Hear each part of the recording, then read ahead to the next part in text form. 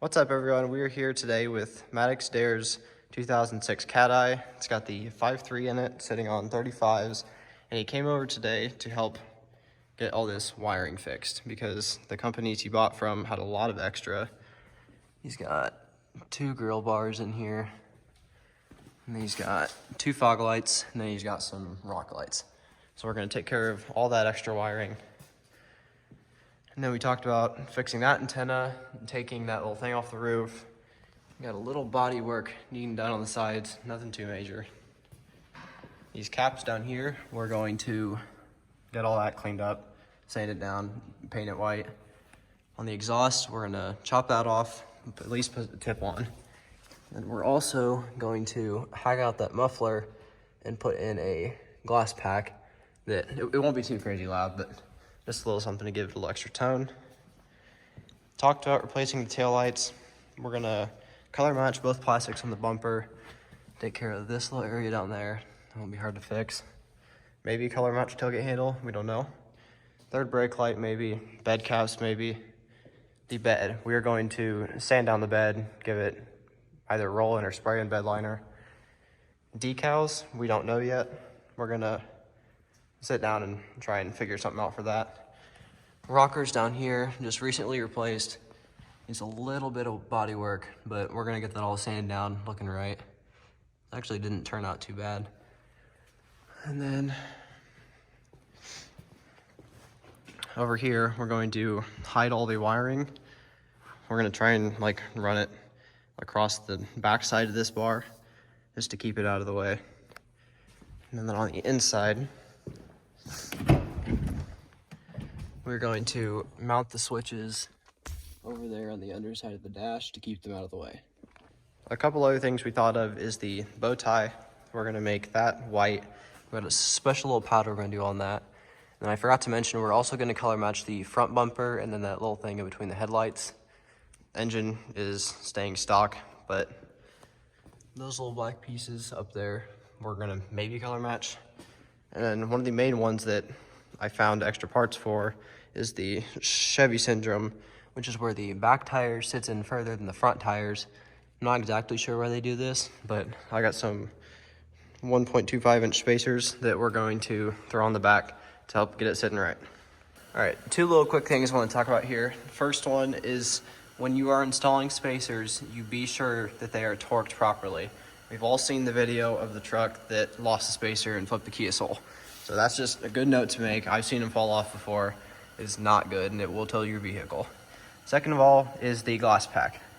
So this might not be the exact one we're gonna use. We might need a new one, but what we're gonna do is chop right there and put an adapter on it, because I believe that is 2.5 inch pipe up there, maybe just 2 inch actually, but we will put adapters on it. We don't want it to be too loud, but just something to give it a little better tone. This glass pack I had on my Tan 95, it literally only has 500 miles on it.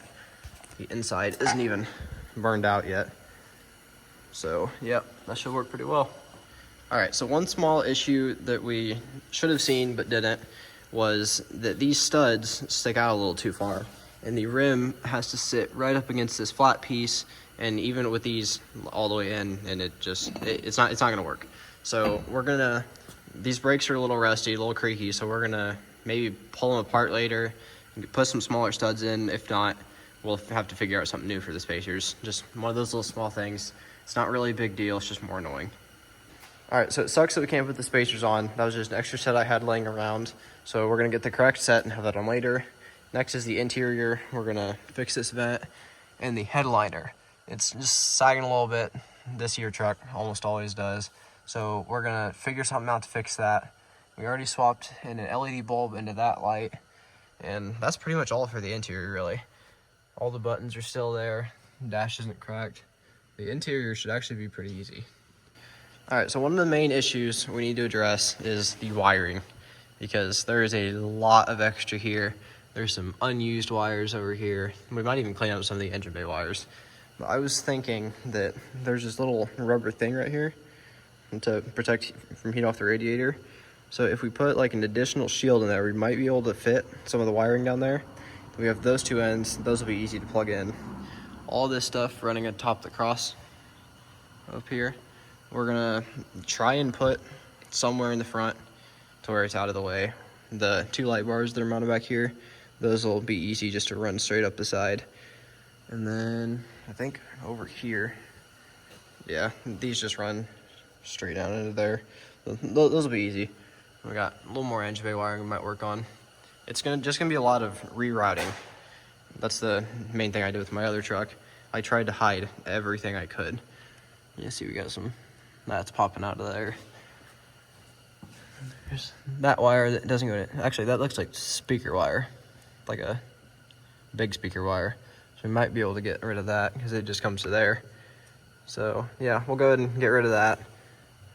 The battery, we might relocate that to where it's over here with the other stuff. And then yeah, it's just gonna be a lot of cleanup work. Okay, so as we're pulling apart some of this wiring, yes, there's a lot and we've got a little bit tucked down in there. But as we've been pulling this apart, I came across this, which is the rock lights. And I've never seen anything like this before. It's literally held on by clamps. They sent it this way. I'm not gonna say who it is, but this is not safe, especially for something electrical. Like, all it would take is one of these cheap clamps to fall off and then your truck burns down because it causes a fire. So it's super dumb design. We're definitely not gonna be putting these back on. If we reinstall these, we're gonna chop these here, put some actual connectors on, hook it to the battery, so it's way more safe than whatever this is. This should not be allowed.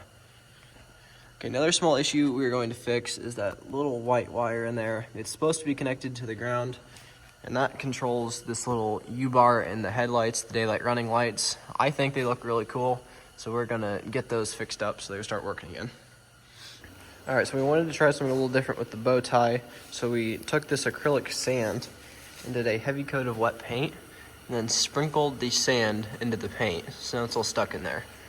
I've never tried this before, but we're gonna see how it goes. Worst case scenario, we scrape it off, make it just white, or try again.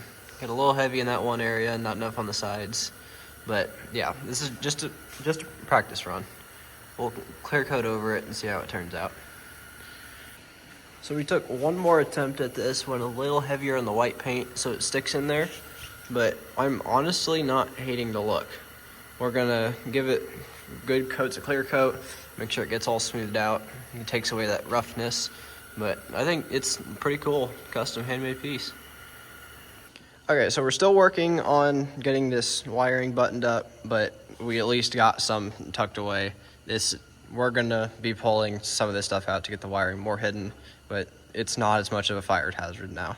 No loose wires, no clamped rock lights, it's much better. All right, guys, so that's gonna do it for today. We will be back Sunday. He left some pieces over here tonight. I'm gonna get cleaned up, buttoned up. We'll see him again. Part 2, we have way bigger plans for this truck. It's gonna be really nice. All right, thank you all, see you later.